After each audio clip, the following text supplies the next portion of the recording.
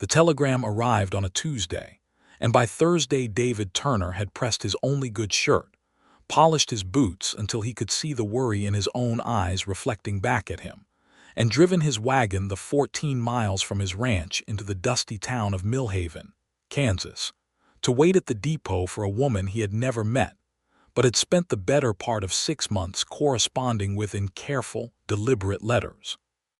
It was the spring of 1882, and the frontier town of Millhaven sat on the edge of the Kansas plains like a sentence that hadn't quite finished itself yet. The cattle drive still rumbled through twice a year, leaving the main street churned to mud and the saloon doing the kind of business that made the preacher drink a little himself. The railroad had come through 3 years prior, and with it came the promise that civilization was on its way, though most of the old-timers remained skeptical. David Turner was not an old-timer by any stretch.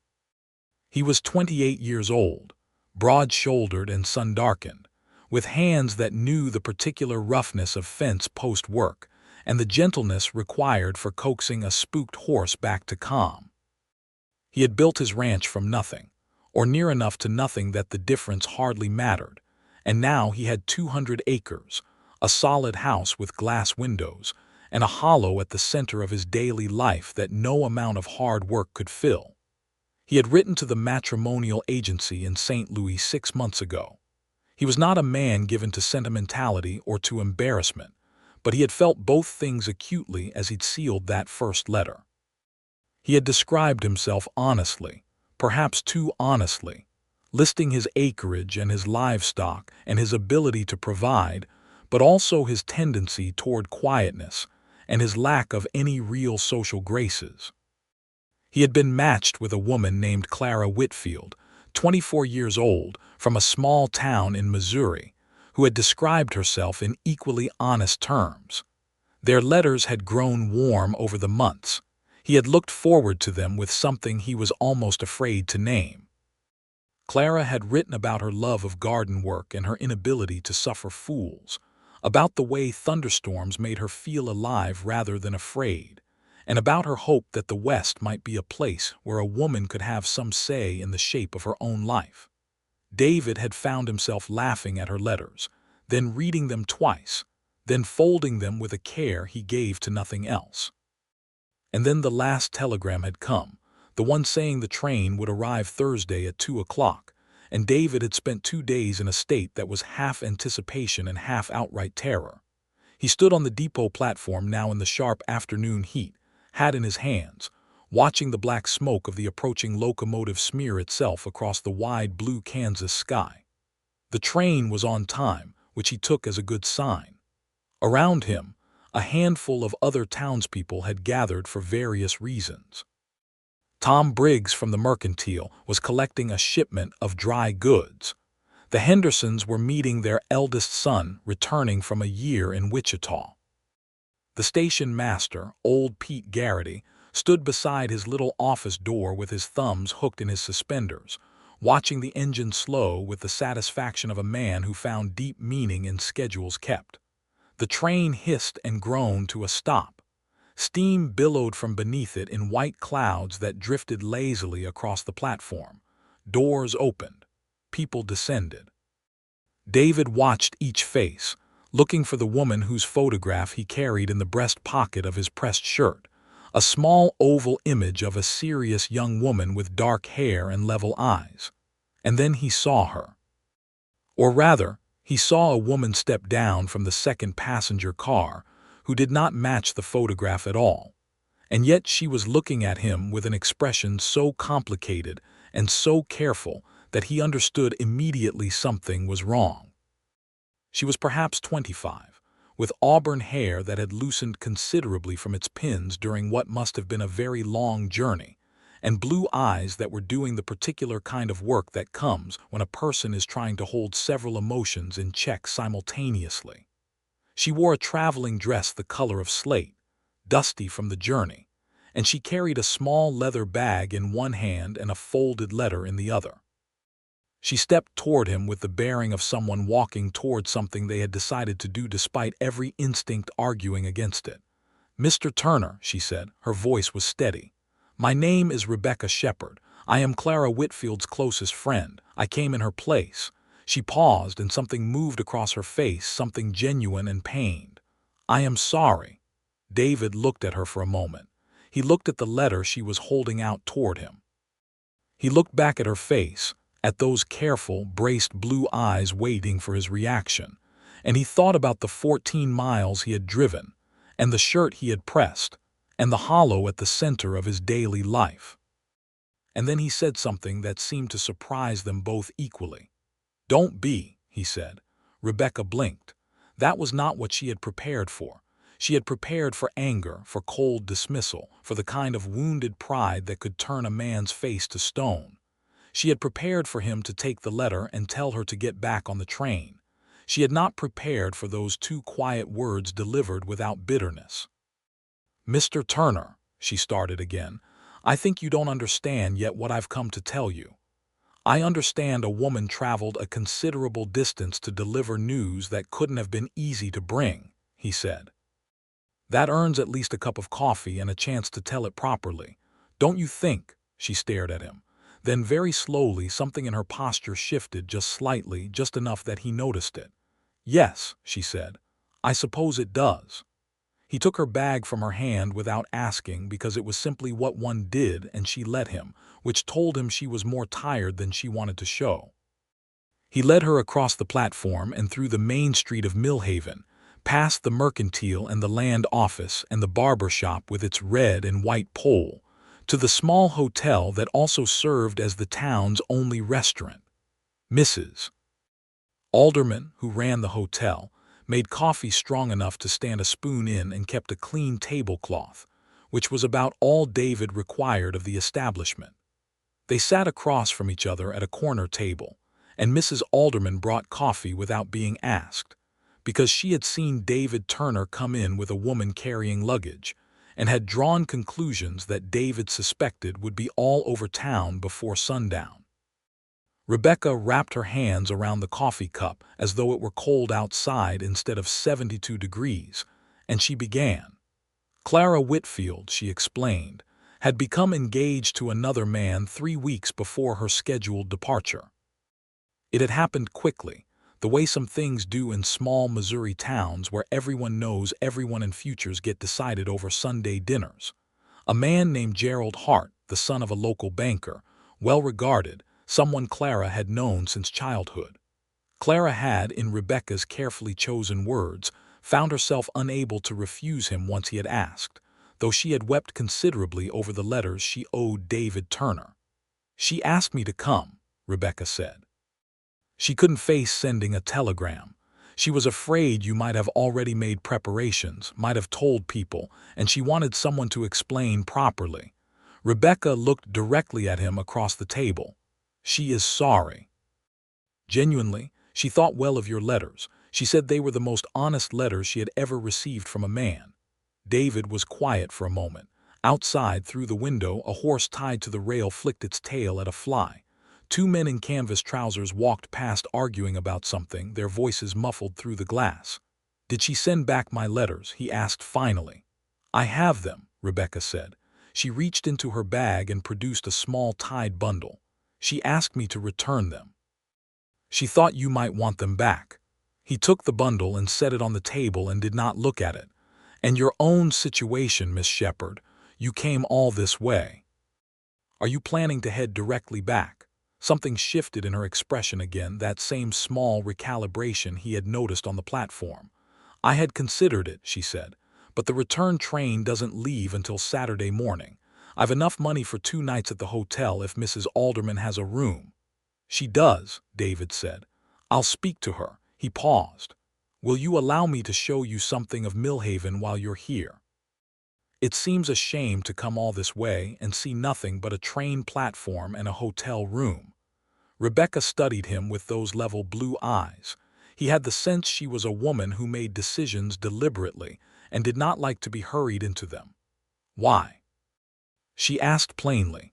Because it would be poor hospitality not to, he said.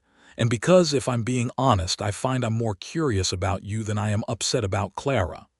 It was the most forward thing he had said to a woman in years, possibly ever, and he felt the heat of it climb the back of his neck. But he held her gaze because he had meant it. Rebecca was quiet for a count of 3 heartbeats.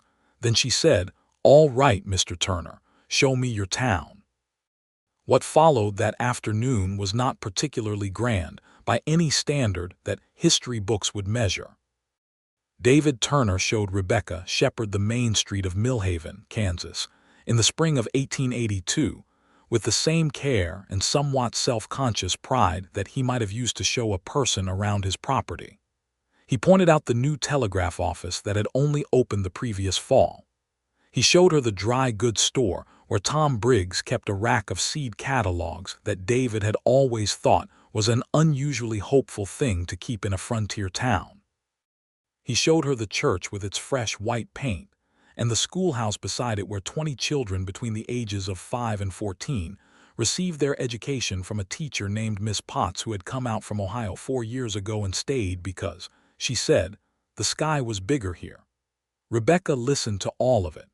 She asked questions that were sharper than he expected, questions about water rights and about whether the town had a doctor, and about what the winters were truly like. She was not making conversation. She was assembling information, the way a person does when they are genuinely trying to understand a place rather than simply being polite about it. "You're not what I expected," he said, as they stood at the edge of the main street where it gave out into the open plain, the late afternoon sun painting the grass in shades of gold and amber that made the whole world look like something out of a painting. "What did you expect?" she asked. "I'm not sure," he said honestly. "Someone softer, maybe. Someone who'd say, 'Oh my,' a great deal and be overwhelmed by the wind." She laughed. It was the first time he had heard her laugh, and it was a real laugh, unguarded, the kind that a person can't manufacture. "I grew up on a farm in Indiana," she said. "My father raised hogs and my mother raised the rest of us with something close to military discipline. I have 4 brothers. I'm not particularly soft." "No," he agreed. "You're not." He said it in a way that made it clear he considered this entirely in her favor. They walked back toward the hotel as the sun dropped lower, and David left her at the door with a courtesy that she clearly had not quite expected, no lingering, no fumbling for something else to say. Just a tip of his hat and a quiet, "Good evening, Miss Shepard. I'll come by at 8 tomorrow morning if that suits you." "8 suits me," she said. He drove home in the long evening light with the bundle of letters on the seat beside him and something new and complicated moving around in his chest, something that had nothing to do with Clara Whitfield. That night, at his kitchen table with a lamp burning low, he untied the bundle of letters and read through the ones he had written. He had not kept copies, and reading them was a strange experience, like meeting a version of himself he had only half known existed. He had written about the ranch with a love for it that surprised him in retrospect. He had written about the particular silence of the plains at night, and about how sometimes that silence felt like company, and sometimes it felt like absence, and he had not expected to have written that, but there it was. He had written about wanting a partner, not someone to fill a house, but someone to build a life with, someone who would push back when he was wrong and stand beside him when he was right. He folded the letters back up.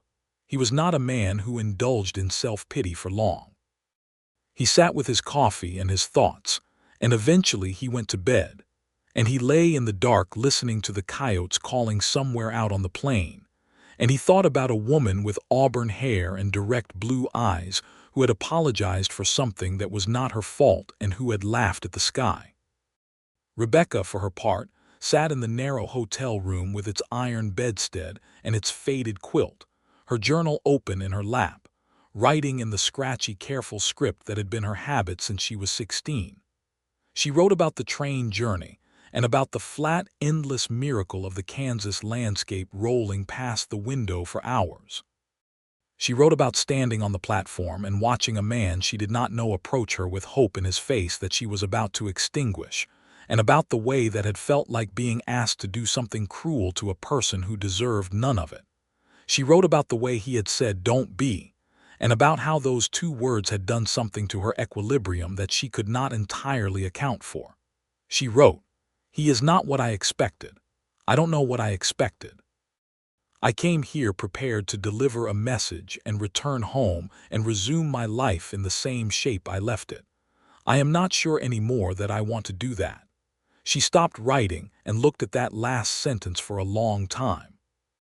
Then she closed the journal, blew out the lamp, and lay listening to the strange night sounds of a Kansas frontier town, the distant music from the saloon 2 streets over, the creak of the hotel settling, the wind that never quite stopped out here, and the beating of her own heart, which had inconveniently decided to make itself known.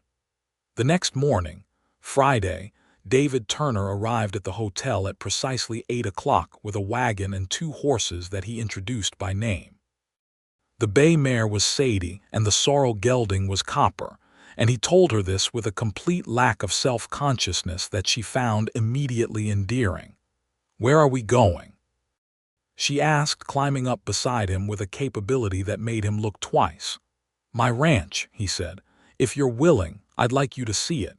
He kept his eyes on the horses as he said it. "You asked good questions yesterday about this country. I think you'd form better opinions with more evidence." It was, she thought, possibly the most unusual invitation she had ever received. She said yes because she was curious, and because it was a Friday morning in Kansas and her train didn't leave until Saturday, and because she had not come all this way to sit in a hotel room. The drive took about an hour, and they talked for most of it. He asked about Indiana, and she told him about growing up on a working farm, about the smell of turned earth in spring, and about how her mother had insisted all 4 of her brothers and Rebecca herself learn to read well and cipher well, because ignorance was a luxury none of them could afford. She told him about moving to Missouri at 20, to a town called Hannibal, to work in a millinery shop run by her aunt, and about how she had met Clara Whitfield there, and how they had become friends the way people sometimes do when they recognize in each other a stubbornness and a sense of humor that are somewhat out of step with what the world around them seems to require. He listened well.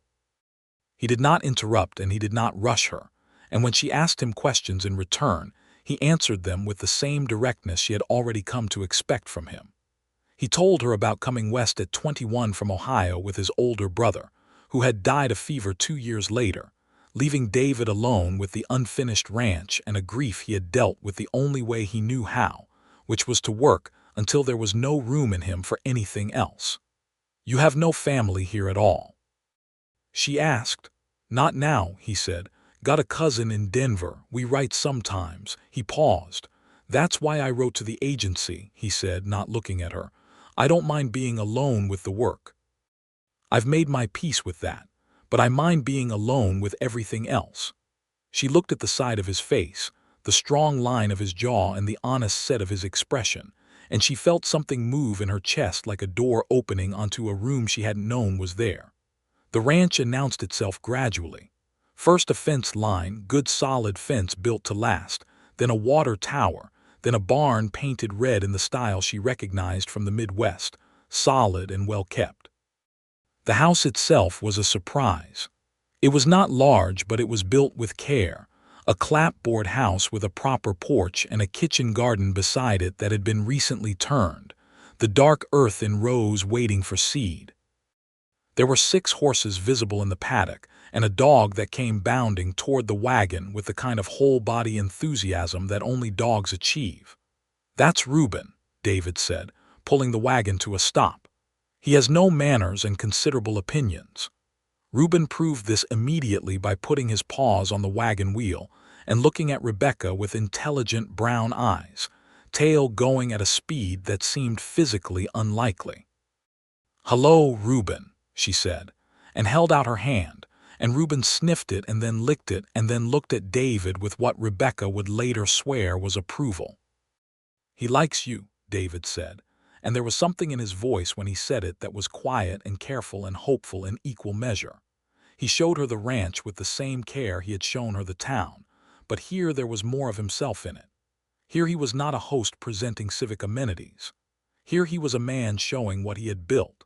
He showed her the barn and the tack room and the spring-fed well that he was most proud of because water out here was not a thing to take lightly. He showed her the kitchen garden and told her about the seeds he had ordered from the catalog at Tom Briggs's store, tomatoes and squash, and the beans his mother used to grow in Ohio that he had never been able to get quite right but kept trying. "You cook?" she asked.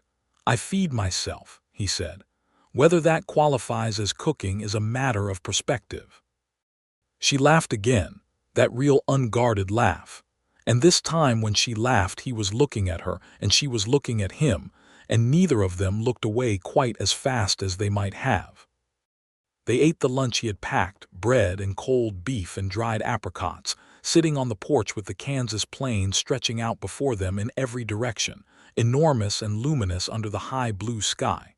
The wind moved through the grass in waves that looked like breathing, and somewhere in the distance a meadowlark was making its case for the beauty of the day. "This land," she said softly, almost to herself. "I know," he said. She turned to look at him. "How do you know what I meant by that?" "Because it's the same thing I think every time I look at it," he said.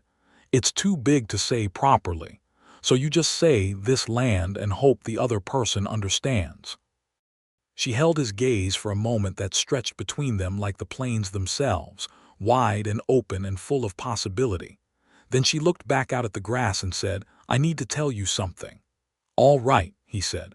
"When Clara asked me to come in her place," she said carefully, "I nearly refused. I thought it was unfair to you being told by a stranger instead of the woman you had been writing to. I almost sent a telegram instead." She paused. "But Clara was in a state and she is my oldest friend and I came because she needed me to. That is why I came." She stopped again. "I'm telling you this because I want you to know that what happened between us yesterday and today, this wasn't part of any plan. I am not here as a replacement for Clara. I wasn't sent as one and I wouldn't have agreed to that." "I didn't think you were," he said. "Clara's letters were kind. Yours are better," she blinked. "You've read my letters. You wrote 4 of them in Clara's bundle," he said. "The ones where she wrote back, 'Rebecca says this,' or 'Rebecca thinks that.' I went back and found them last night." He looked at the horizon. "She quoted you more than she quoted anyone else." Rebecca was quiet for a moment. "I didn't know that," she said. "She wrote to me once that you were the most forthright person she had ever known, and the most loyal, and that you would argue with the preacher himself if you thought he had made a factual error." He said this with a corner of his mouth curved upward slightly. "I did argue with a preacher once," she admitted. "He was wrong about the date of the Battle of Gettysburg, and he knew it too. He just didn't want to say so." David Turner's face broke into the full smile that she realized she had not seen yet, and it transformed him so completely that she felt the breath leave her body in a small, quiet way that she hoped was not visible. He had a good smile. It was the smile of a man who did not smile easily, and so meant it entirely when he did. They sat on that porch for another hour, and the conversation found its own rhythm, the way it does between people who are discovering they fit together in ways they had not been looking for. He told her about the problems with the northern fence line and the neighbor, a man named Cal Hester, who had been pushing the boundary markers a foot at a time for 2 years and whose cattle had a habit of finding their way onto David's land. He told it without bitterness, just the plain facts of it, and she said, "Have you documented the original survey markers?" He looked at her. "Yes," he said. "Then you have a legal case," she said. "The land office in town keeps survey records. If his cattle are on your land consistently, you can establish a pattern. That's a civil matter, but it's not a losing one." He stared at her for a long moment. "How do you know about survey law?" "4 brothers," she said simply. 2 of them had land disputes. I read a great deal." She paused. "I hope that doesn't bother you." "Why on earth would it bother me?" he said, with a genuine bewilderment that made her smile. The sun was beginning its afternoon descent when she said she should probably be getting back. He brought the wagon around without complaint, and they drove back toward Millhaven in the long golden light, and the conversation was easier now, easier in the way that conversations become when two people have moved past the stage of deciding whether to trust each other. "Will you have dinner with me tonight?" he asked as they came into town. "The hotel does a reasonable meal on Fridays." "Yes," she said, without the pause she had given her other answers. He smiled again, that good smile, and kept his eyes on the road, but she saw it. That Friday evening dinner was the most remarkable 2 hours Rebecca Shepard had spent in recent memory, and she had spent some fairly remarkable hours in her 25 years. They ate the hotel's beef stew and fresh cornbread, and David Turner had arranged for a small bottle of decent wine, which he presented with the slightly formal air of a man who had thought carefully about whether wine was appropriate and decided to risk it. She had accepted it with equal seriousness, which made them both smile at themselves. They talked about everything and nothing in the particular way that happens when two intelligent people discover they can keep up with each other.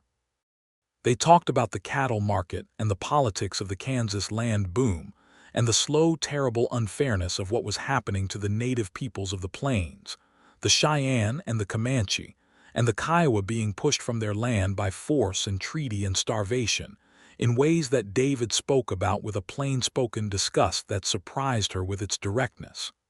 "It's wrong," he said simply. "What's being done is wrong, and history will know it." She agreed, and they sat with that truth between them for a moment, the way it deserved to be sat with. They talked about books, and she discovered he kept a small but careful library, and that he had read more than most people she knew, not showily but practically, the way he seemed to do everything. They talked about what they each wanted from their lives, and this was the conversation that mattered most, conducted in the low lamplight of Mrs. Alderman's dining room with the rest of the guests long departed, and Mrs. Alderman herself making a tactful show of being very busy elsewhere. "I want a life that I have had a genuine hand in building," Rebecca said, "not a life that happened to me. I've watched women have lives that happen to them, and it has a particular look after 20 years that I do not want." "What does it look like?" he asked. "Tired," she said. "Not from work, from invisibility." He was very still for a moment. "My mother had that look," he said quietly. "I didn't have a word for it until just now." They looked at each other across the table, and something passed between them that was not yet named but was entirely real. "I have something I need to ask you," he said, and his voice had shifted, quieter and more careful. "And I want you to know before I ask it that there is no pressure attached to it, and that I mean it entirely honorably." She folded her hands on the table and waited. "You're leaving tomorrow morning," he said, "and I find that I don't want you to.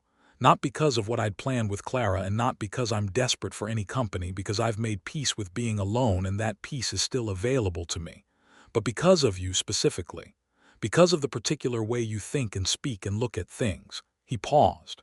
"Would you consider staying a while longer, a week perhaps? I know it's not a simple thing to ask. I know you have a life in Hannibal. I'm asking anyway." She looked at him for a long moment. Then she said, "I would need to send a telegram to my aunt." He let out a slow breath.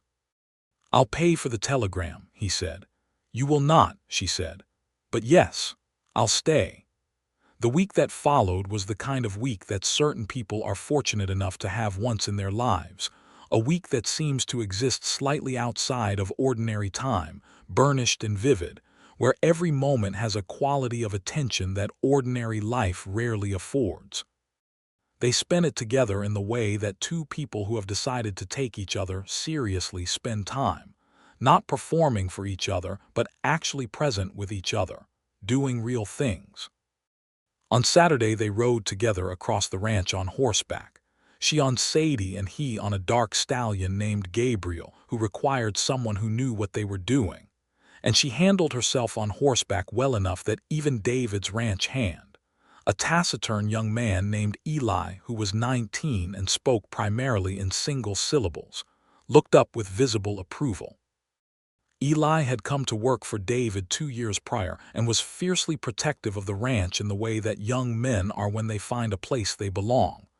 "She rides well," Eli said to David, in what was for Eli practically an oration. She does, David agreed. On Sunday, they went to the church service because that was what one did in Millhaven on Sunday, and Rebecca sat beside David in the third pew from the front and sang the hymns in a clear, slightly off-key soprano that David found inexplicably wonderful. And afterward the minister, Reverend Aldies, shook her hand with the particular enthusiasm of a man who was very pleased to see David Turner accompanied by anyone at all. "Fine to see you, Mr. Turner," Reverend Aldies said, with a look at Rebecca that contained an entire unspoken sermon about the virtues of companionship. "Reverend," David said pleasantly, giving nothing away. On Monday she went with him to the land office, and they spread out the survey records together, and she pointed out, with a calm precision that made the clerk look at her twice, the discrepancy between the original markers and the current placement of Hester's fence line. The clerk, whose name was Mr. Peabody, and who was the kind of man who enjoyed having things be officially documented, wrote everything down and agreed that a notice of survey dispute could be filed. David filed it. They walked out into the Monday morning sun, and she said, "That's done," with the same tone he would have used himself, the tone of someone checking a necessary task off a list, and he thought, "Yes, this is the right woman." He had not said this aloud, and he was not yet ready to. There was still the matter of her life in Missouri, the aunt's millinery shop, the friends, the roots she had put down in Hannibal. He was not a man who would ask a woman to uproot herself for a hope, not yet. He wanted her to choose with full information, and full information took time. On Tuesday it rained, the serious kind of Kansas rain that comes sideways off the plain and turns the world gray and close, and they spent the day in his house, which was the first time she had been inside it, and it was not at all awkward the way he had feared it might be. He made coffee badly, as he had warned her he would, and she made it properly, and he watched her do it with an expression he was not entirely managing to keep neutral. She looked at his bookshelves and pulled out 3 volumes and sat in the chair by the window and read, and the rain hammered on the roof, and Reuben lay between them on the floor like a question that had already been answered, and the day passed in the warmest silence David Turner could recall since his brother had been alive.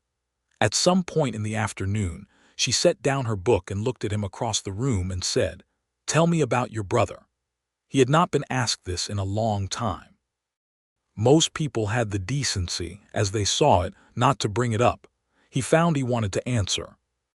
He told her about James, who had been 30 when he died and funny in the dry way of Ohio men, and who had believed so completely in the West that he had made David believe in it too, and who had built the first fence line of this ranch with his own hands in the autumn of 1878 and died in the spring of 1880 before the house was finished.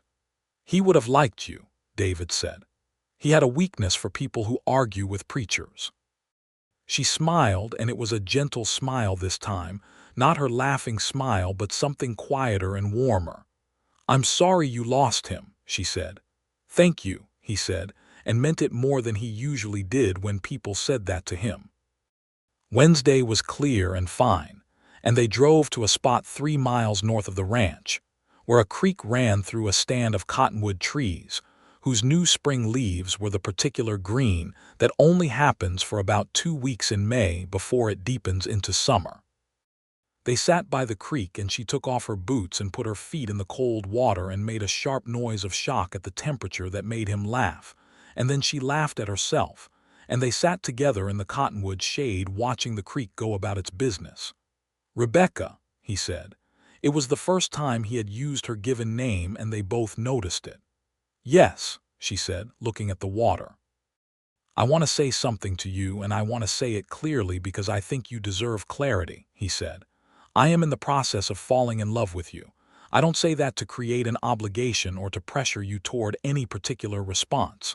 I say it because I believe in telling the truth when the truth is important, and this is important." The creek ran on. The cottonwood leaves moved in the light wind. She was very still. Then she turned and looked at him, and he could see her working it through, her honest, careful mind turning the statement over and examining it from all its angles, And he let her do it because that was who she was, and he already understood that about her. "I came here to deliver bad news," she said finally. "I came here for Clara. I want you to know that what I feel right now has nothing to do with obligation or with gratitude or with any of the things that a woman in a practical situation might feel and mistake for something else." She paused. "I am in the process of falling in love with you too," she said, "and it frightens me considerably." "Why?" he asked. "Because I have built a life in Hannibal," she said. "Because I have a job and a home and friends. Because I came here for a week, and now I'm having a conversation that changes everything and I need to think carefully." "I know," he said. "I'm not asking you to decide today." "What are you asking?" He met her eyes. "I'm asking whether it is worth thinking about," he said. "That's all." She held his gaze. "Yes," she said. "It is worth thinking about." That night, alone in the hotel room that she had now occupied for a week, she wrote in her journal for a long time. She wrote about the ranch and about the house with its glass windows and its small library and its kitchen garden waiting for seed. She wrote about David Turner's hands and his quiet way, and his good smile that he gave sparingly, but meant completely. She wrote about the plains, about the enormous sky, about the feeling she had every morning when she stepped outside into the Kansas air that the world was larger here than anywhere she had been. She wrote, "I have been asked, in so many words, whether this is worth thinking about. The honest answer is that I have thought of nearly nothing else since Thursday, since the moment he said don't be, as though whatever I was apologizing for was simply not the thing that mattered. As though the thing that mattered was standing right in front of him, and he had already decided to pay attention to it." She stopped writing and went to the window. The main street of Millhaven was quiet at this hour, a lamp burning in the saloon at the far end, a cat crossing the road with great dignity, the stars overhead of a brilliance that Missouri nights never quite achieved because the sky was simply bigger out here, less interrupted by things. She made her decision at the window in the starlight, which was, she would later think, the appropriate place to make a decision like that. On Thursday morning she asked Mrs. Alderman whether she could extend her stay. Mrs. Alderman said yes in a way that involved no words at all, just a smile of such comprehensive warmth that Rebecca felt slightly ambushed by it. Then she walked to the telegraph office and sent 2 telegrams. The first was to her aunt in Hannibal, explaining that she would be staying in Kansas for an additional 2 weeks and asking that her mail be held. The second was to Clara, which was shorter, which said only, "I understand now. Be happy." She had not told David yet about her decision, and she found him in the afternoon at the Mercantile, where he had come to collect supplies, standing at the counter with his list in his hand and that particular focused look he got when he was calculating something. "I've extended my stay," she said without preamble. He looked at her. Then he set the list down on the counter. "For how long?"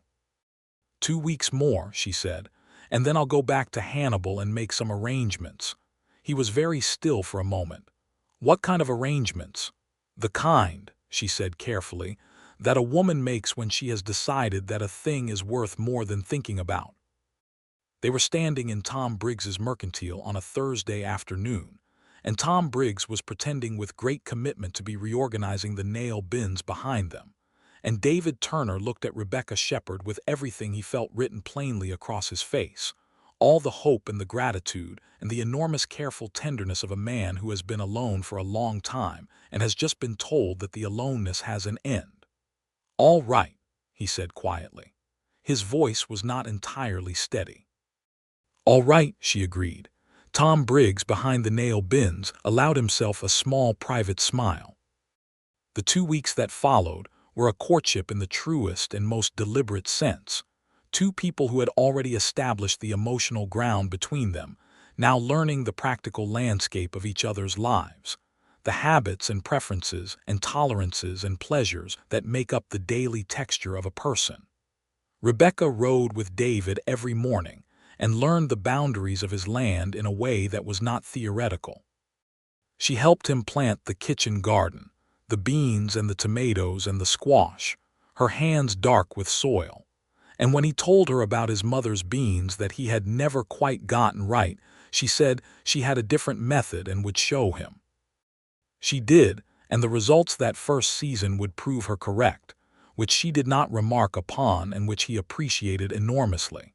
She helped him with the ranch accounts, which were perfectly accurate but organized in a way she found inefficient, and reorganized them in a system that even Eli understood, which was Eli's sole criterion for a system's worth. She sat with him in the evenings on the porch and they read to each other from his library, taking turns, and they argued cheerfully about the books, and she always argued well, and he was never bored by her for a single moment in those 2 weeks. He met her where she was, too. He asked about Hannibal and about the millinery shop and about the friends there whose names he had come to know from her stories, and he asked what she would miss if she left, because he wanted to know the full weight of what she was considering, not just the easy parts. She told him about the friendships, about Sunday suppers at her aunt's house, about the bookshop run by an old man named Mr. Fields who let her read anything she wanted without buying it because he liked to talk about books with someone who had opinions. These things were real to her, and he acknowledged them as real. "Some things can be rebuilt," she said once, looking out at the plains. "Other things you carry with you. I think I know the difference." He did not push her. He trusted her to know her own mind, and that trust was, she would later think, one of the things she loved most about him. In a time and place where women's minds were frequently not trusted even by the women themselves, David Turner's absolute quiet confidence in her intelligence was something she had not expected and could not take lightly. On the Sunday before her departure, they rowed together to the Cottonwood Creek again, and this time he brought fishing line, and they fished badly and caught nothing, and it was entirely perfect. The afternoon light came through the cottonwood leaves in shifting patterns on the water, and Reuben, who had come with them, attempted to catch a frog with spectacular unsuccess, and they sat close together on the bank, their shoulders touching with a comfortable ease that had nothing to do with impropriety and everything to do with belonging. "I want to ask you something formal," he said. He had been preparing for this, and she could tell, not because he was stiff, but because he was even more careful than usual with his words. "Ask it," she said. He turned to look at her. "Rebecca Shepard," he said, "I would like to court you properly, with your agreement, and with the honest intention of asking you to marry me when you have had adequate time to be certain. I am not asking you to decide today, and I am not asking you to rush. I am asking whether you are willing to let this be the direction we move in." She looked at him for a long moment in the cottonwood light, at this man who had been waiting at a depot for a woman who had not come and had found, instead, something that neither of them had been looking for and both of them needed. "Yes," she said, "that is the direction I want to move in." He took her hand. It was the first time he had held her hand, and he held it as though he understood exactly how important a thing it was, not gripping it but cradling it, his thumb moving once over her knuckles in a gesture of such quiet tenderness that she felt the backs of her eyes prick with something that was not sadness at all. They sat there as the afternoon light shifted toward gold, and neither of them felt any need to fill the silence, because the silence between them had become one of the comfortable kinds. She left on a Monday morning in early June. David drove her to the depot himself, and they stood on the platform where they had first stood 6 weeks prior, and the irony of it was not lost on either of them. The platform that had been the site of apology and awkwardness was now the site of something else entirely, something with a future attached to it. "I'll write," she said. "I know," he said. "I'll write back." She looked up at him. "I'm not afraid of the distance," she said, "as long as we both know it's temporary." "It's temporary," he said. The train whistle sounded. He took both her hands this time, holding them with that same careful tenderness, and he looked at her with everything he meant clearly visible in his face, because David Turner had never been much good at hiding the things that mattered to him, and with Rebecca he had stopped trying entirely. "Come back," he said simply. "I will," she said, and she meant it the way a person means a promise they have made to themselves and not just to another person.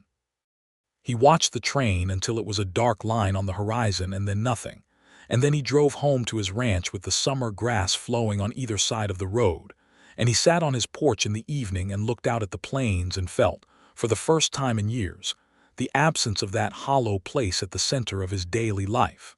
It was not gone yet, not completely, but it was different now. It was a waiting, and waiting with purpose is an entirely different thing from the other kind. Rebecca returned to Hannibal in the first week of June and set about the business of reorganizing her life with the same methodical care she applied to everything. She told her aunt about David Turner with a directness that made her aunt, a small practical woman named Edith who had run a successful business alone for 15 years and had opinions about most things, stop what she was doing and look at her niece very carefully. "You have known this man for 6 weeks, Aunt Edith said. "I have," Rebecca said. "I know that is not long by the usual measure." And yet, Rebecca agreed. Aunt Edith was quiet for a moment. Then she said, "Show me his letters." Rebecca produced them. Aunt Edith read them sitting at the kitchen table with her reading glasses on, occasionally making a small sound that could have been approval or reservation. It was difficult to tell. When she finished, she set them down and took her glasses off. "He writes like a man who means what he says," Aunt Edith said. "He does," Rebecca said. "The ranch is sound, very. And you believe in it, not just in him but in the life, because the two are not the same thing."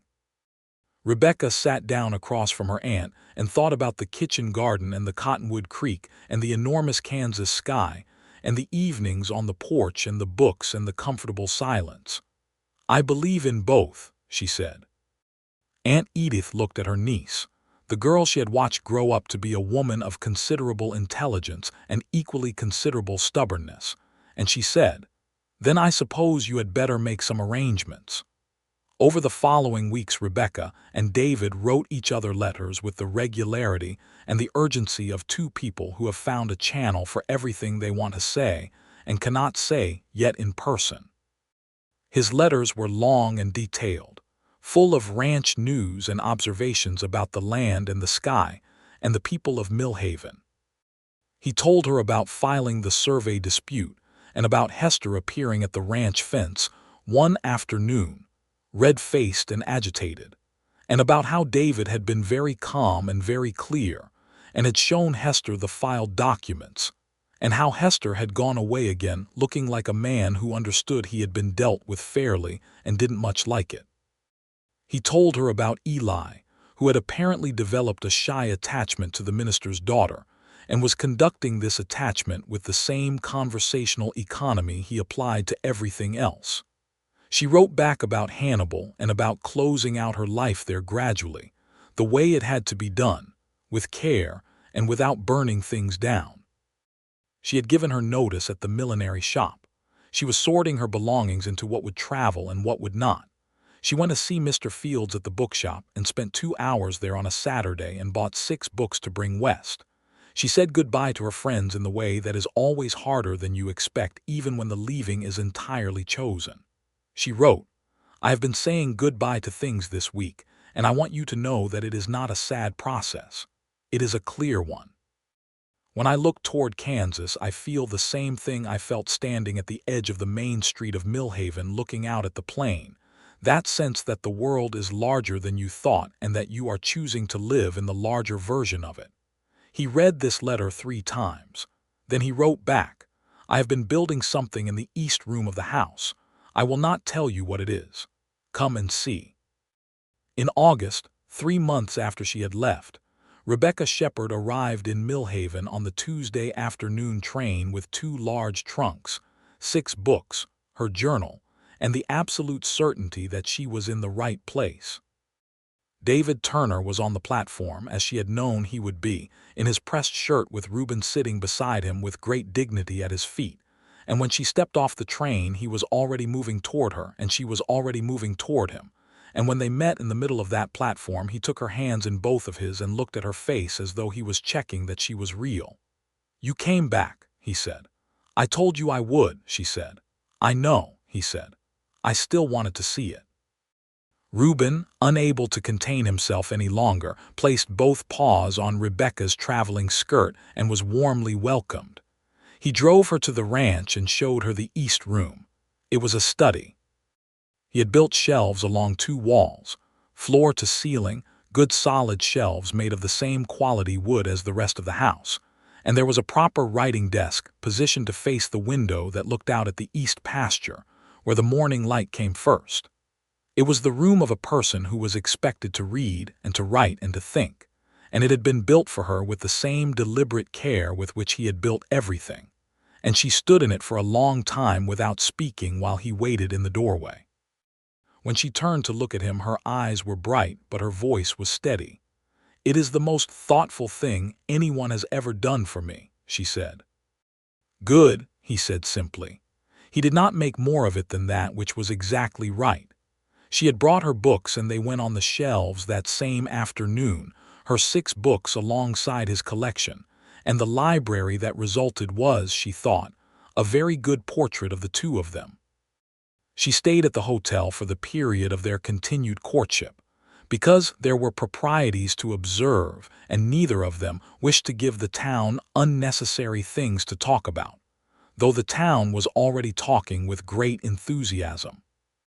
It was a small place, and David Turner had been a fixture of it for 7 years, and had never, in all that time, brought a woman to Sunday service twice in a row.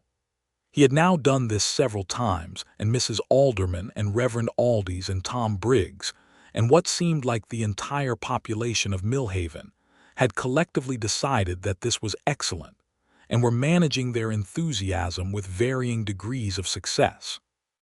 In September, on a clear evening when the summer heat had just begun to break, and the first hint of autumn was threading the air with something cooler and cleaner, David Turner asked Rebecca Shepard to marry him.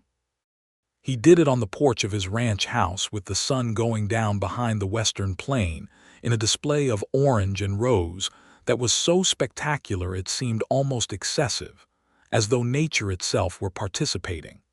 He did not kneel, because he had asked her beforehand what she thought of the tradition of kneeling, and she had said she found it awkward for everyone involved and would prefer he not. So he stood before her and held both her hands and said, "Rebecca, I would like to spend the rest of my life building things with you. The ranch, the life, all of it.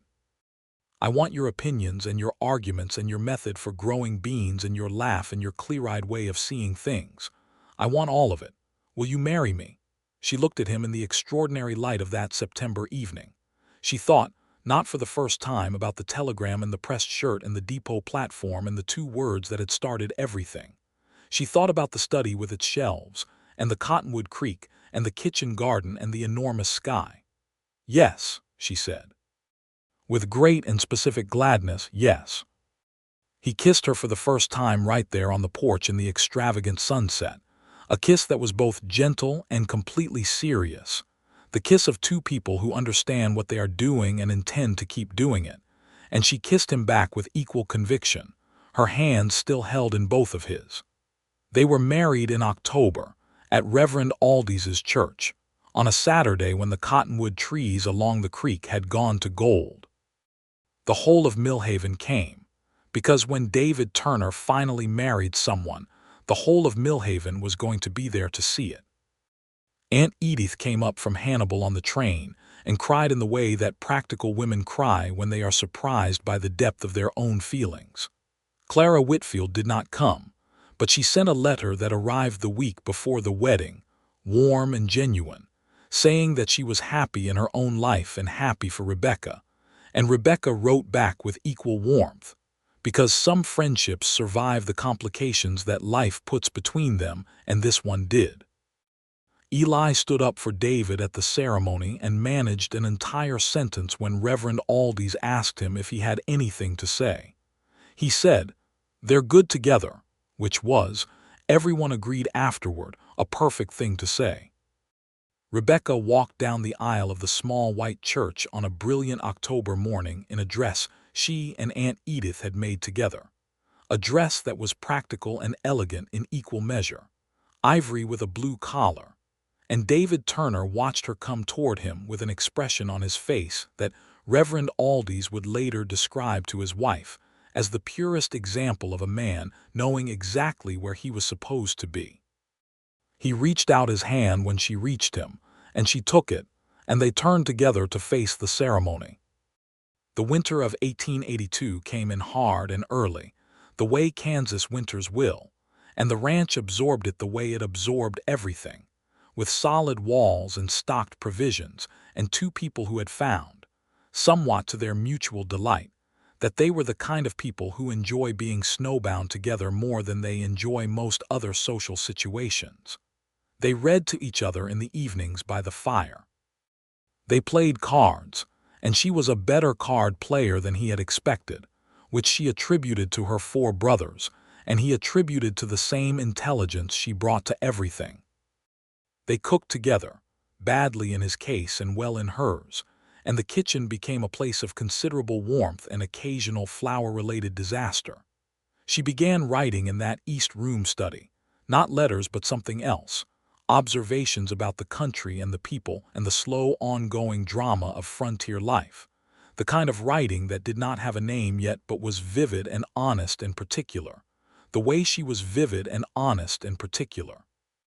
He read what she wrote and told her it was good, and he was not a man who said things were good when they were not, so she believed him. That spring they planted the kitchen garden together from the first turning of the soil to the last bean seed pushed into the dark earth, and the beans came up in June, green and strong.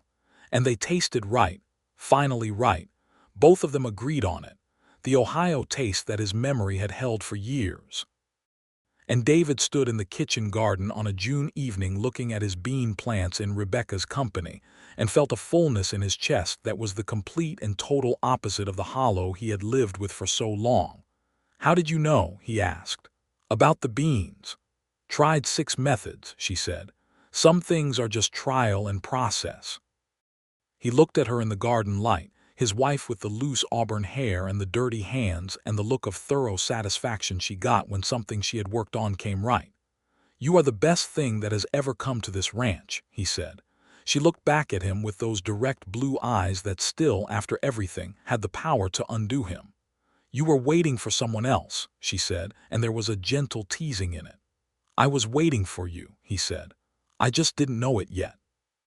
She crossed the garden to him and kissed him in the bean rows with Reuben watching from the porch with his characteristic air of approval. In the autumn of 1883, their first child was born. A boy, 7 pounds and healthy, who arrived on a cold October night with the help of Doc Hartley, Millhaven's physician, a competent and unflappable man who had delivered half the children in the county, and treated the whole business with a calm that Rebecca found deeply reassuring. They named him James, for David's brother, and when David held his son for the first time in the lamplight of the bedroom he had built with his own hands, the look on his face was something Rebecca would carry in her memory for the rest of her life. James Turner was, from the beginning, a child of considerable personality. He had his father's steady temperament and his mother's sharp eyes, and an appetite for attention that belonged entirely to himself. He learned to walk at 10 months, which terrified Reuben, who was now an elderly dog of great dignity and preferred a sedentary household. James did not permit a sedentary household. The ranch grew in those years, carefully and deliberately, in the manner of everything David Turner did. He purchased the adjacent 40 acres when the previous owner moved back east in 1884, and the survey dispute with Cal Hester was formally resolved in David's favor in the same year, which Hester accepted with bad grace, but accepted nonetheless. The fence line moved back to where it had always legally been. Rebecca organized the accounts with a precision that allowed David to see clearly where growth was possible and where caution was required. She was, as she had always been, a partner in the fullest sense, and the ranch reflected it. She also continued to write. By 1884, she had a regular correspondence with a newspaper in Wichita that printed her observations about frontier life under her name, which in 1884 was unusual enough that it drew some comment. The editor, a forward-thinking man named Calloway, printed her pieces because they were good, and when a few readers wrote in with objections to a woman's byline, he printed their letters alongside a short editorial note pointing out that the quality of the writing rendered the question of the writer's sex somewhat irrelevant. Rebecca framed that editorial note and hung it in her study beside the window that looked out at the east pasture. In the summer of 1885, their second child arrived, a girl this time, dark-haired like David, who they named Mary Edith, for David's mother and for Rebecca's aunt. Aunt Edith, who had come to visit the previous year and had stayed 3 weeks and been thoroughly conquered by James and by the ranch and by the sight of her niece's happiness, received this news by telegram and was reportedly overheard telling everyone in the millinery shop about it for 3 consecutive days. Mary Edith Turner was from the first moment a different kind of person than her brother. Where James was loud and perpetually in motion, Mary was quiet and watchful, sitting still for long stretches with the concentrated look of someone filing information for later use. She had her mother's eyes, that direct, unblinking blue, and she liked books before she could read them, pulling them from the lower shelves and turning the pages with reverent care, which sent Rebecca and David both into helpless, quiet laughter the first time they saw it. Eli, who had by this time been working at the ranch for 5 years and was an essential part of its operation, had in fact successfully courted the minister's daughter, whose name was Nora, and who was a bright, gentle young woman with a gift for managing horses that made Eli look at her with the dedicated reverence usually reserved for phenomena of nature.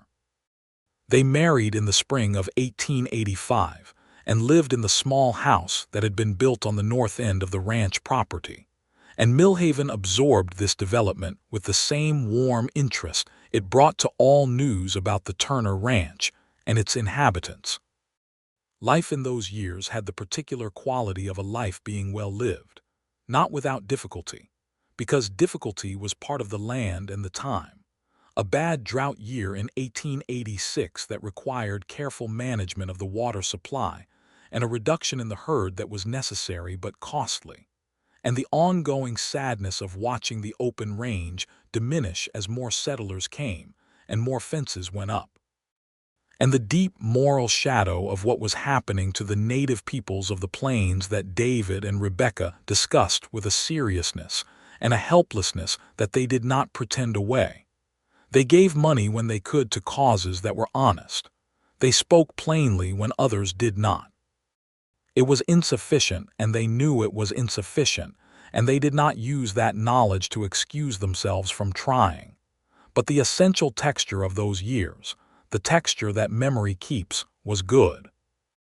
It was the texture of 2 people who had stumbled into each other by an accident of circumstance and a canceled engagement, who had been honest with each other from the very first afternoon, who had chosen each other with full information, and continued to choose each other every day in the small practical ways that constitute a life. In 1887, the ranch took on a third hand, a young man named Thomas who had come west from Virginia at 18, and who reminded David, in some indirect way he could not fully articulate, of himself at that age, purposeful and somewhat lost and very willing to work. Thomas proved to be good with the horses in a way that was almost instinctive, and he and Copper, the old sorrel gelding who was now showing his age, had a particular understanding that David found quietly moving. That same year, Rebecca's writing led to something unexpected. The Wichita newspaper had been picked up for reprinting in a Kansas City paper, and a letter arrived in the fall of 1887 from a publisher in Chicago who had been following her work and wondered whether she had considered writing a book. She brought the letter to David at breakfast on a Tuesday morning and set it on the table beside his coffee cup without comment. He read it. He read it again. Then he looked up at her, and she was watching him with that level gaze, waiting. "What do you think?" He said, "I think I want to," she said. "I think I could. I think it would take time, and I would need you to tell me honestly if it was interfering with things here." "It won't interfere with anything," he said. "You manage everything and write and keep the accounts and raise 2 children. The idea that you couldn't also write a book is something I refuse to entertain." She looked at him across the breakfast table in the morning light that came through the east window of the kitchen. Her husband of 5 years, with the gray just beginning at his temples and the good lines in his face from years of the Kansas sun. And she felt the same thing she had felt at the depot, that first inexplicable conviction that the 2 words he had said were the most important words she had ever heard. She wrote the letter to Chicago. The book she wrote over the following 2 years was about the frontier and its people, the ranchers and the townspeople, and the women who came west seeking something other than what they left behind. It was honest and specific and warm in the way her writing always was. She wrote it in the East Room study, while James attended Miss Potts's school, and Mary Edith sat in the corner building elaborate structures out of wooden blocks, and it was published in 1889 to modest but genuine attention. Reverend Aldi's bought 6 copies and made them available from the church, which Rebecca found both touching and slightly amusing. Tom Briggs stocked it at the Mercantile, placed prominently near the seed catalogs, which she thought was the single best placement a book could have. David read it cover to cover in 2 evenings, and when he finished, he came to the study where she was already working on something new, and he put his hand on her shoulder and said, "It is exactly right," which was the only review she needed. By 1890, the Turner Ranch was one of the most solid operations in that part of Kansas. It was not the largest and it was not the grandest, but it was built to last, every part of it, and the people who lived and worked there knew what they had. James was 7, and going through a phase in which he was profoundly interested in the mechanics of everything, taking apart whatever could be taken apart, and putting it back together with varying degrees of success, which David handled with the patience of a man who finds his son's mind genuinely fascinating. Mary Edith was 5 and already reading, and she and her mother had begun working through a book of poems together in the evenings, Mary Edith's small finger tracing the words with the focused intensity that was entirely her own. Eli and Nora had a child of their own now, a boy named Robert, who was 2 and who James had taken under his wing with the proprietary affection of a slightly older child. And the ranch in those years had the particular richness of a place where multiple lives were being built in overlapping harmony. On a May evening in 1890, David and Rebecca sat on the porch after supper, as they so often did, in the chairs that had been worn comfortable by years of use. The children were inside with the sound of their voices drifting out through the open window, James explaining something to Mary Edith with considerable enthusiasm and Mary Edith presumably listening with her characteristic focused patience. The plains were in their spring fullness, the grass green and the sky going rose and gold above the western horizon. 8 years next October, Rebecca said. 8 years, he agreed. He reached over and took her hand in the way he had, that particular careful tenderness that had never diminished, not in 8 years of marriage and work and difficulty and joy, not once. She turned her head to look at him.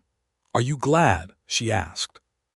It was something she asked him sometimes, not from insecurity but from the genuine pleasure of hearing his answer. He looked at her, this woman with the fine lines at the corners of her eyes now that the years and the Kansas sun had put there. This woman who argued with preachers and organized land disputes and wrote books and grew beans and laughed at the sky, who had come to a train platform in 1882 to deliver bad news and had changed everything instead.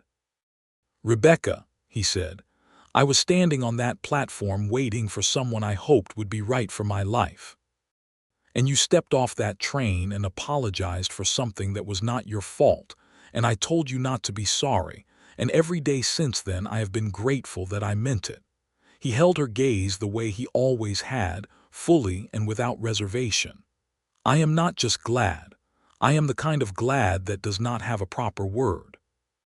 She squeezed his hand and looked back at the sunset, and the smile on her face was the one he loved best, not the laughing smile, and not the gentle smile but the quiet, full one, the smile of a woman who is entirely where she wants to be. The meadowlark was at it again somewhere out in the grass, that clear, persistent song, and the cottonwood trees along the creek were in their spring leaves again, that particular vivid green, and the kitchen garden was ready for planting, and the house behind them was full of the sounds of their children and their life. Reuben had been gone for 3 years by this point, having lived to a remarkable old age for a ranch dog, and been buried with dignity under the oak tree at the east edge of the property. His successor, a young hound named Sadie II, chosen by James with complete seriousness of purpose, was currently barking at something in the barn that was probably a mouse and certainly not worth the fuss she was making about it. "She has no dignity," David said. "She has great dignity," Rebecca said. "It is just a different kind." He laughed, that good laugh that was still, after all this time, the sound she liked best in any room. Inside, James was explaining to Mary Edith with passionate conviction why the mechanics of a water pump were the most interesting thing in the world. And Mary Edith was pointing out, with her mother's careful logic, that he had said the same thing last week about the mechanics of a wagon wheel, and the week before that about the mechanics of the windmill. And perhaps the most interesting thing in the world was actually a more broadly applicable category than he was allowing. David and Rebecca could hear this argument through the open window, and they looked at each other.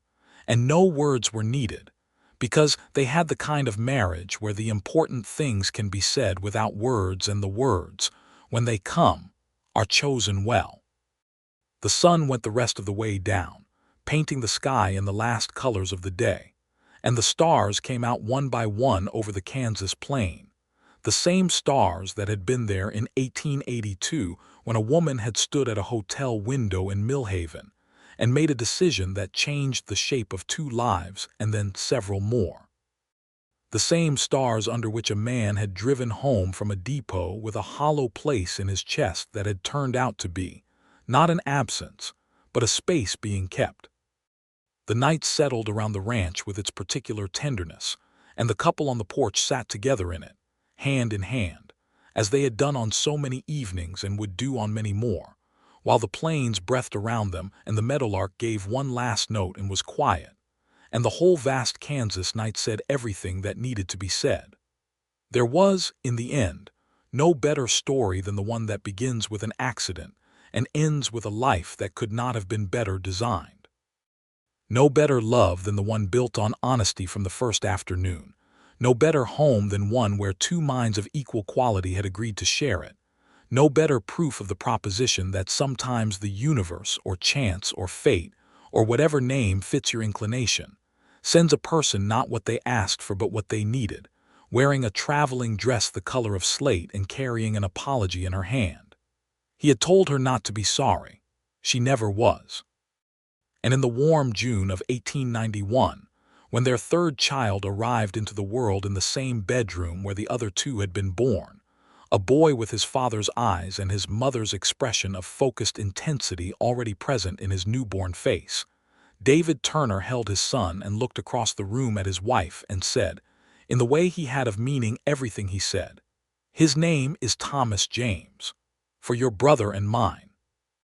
Rebecca looked at him, her husband of almost 9 years, the man who had been waiting at a depot for someone else and had found her, and she said, "That is exactly right." And it was, and they were. And the ranch endured, and the kitchen garden grew, and the study filled with books and manuscripts, and the pressed flowers that Mary Edith began collecting at age 6 with the dedication of a future botanist. And James grew into a young man of his father's steadiness and his mother's restless intelligence. And Thomas James grew up between them both, watching everything with those quiet Turner eyes, and the plains continued their enormous breathing life around them all, indifferent and magnificent.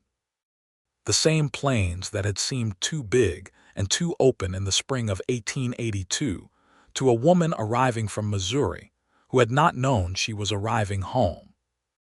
The years continued to be good years, years of work and weather and small triumphs, and the ordinary difficulties that every life contains and that 2 people bear better than one. And every October, on their wedding anniversary, David Turner and Rebecca Shepard Turner sat together on the porch of the ranch house that he had built and she had made into a home, and he held her hand in the way that had never changed. And they watched the anniversary sun go down over the Kansas plain in the colors that the Kansas sky kept for its best occasions. And they were, in the most complete and ordinary and extraordinary sense of the word, happy.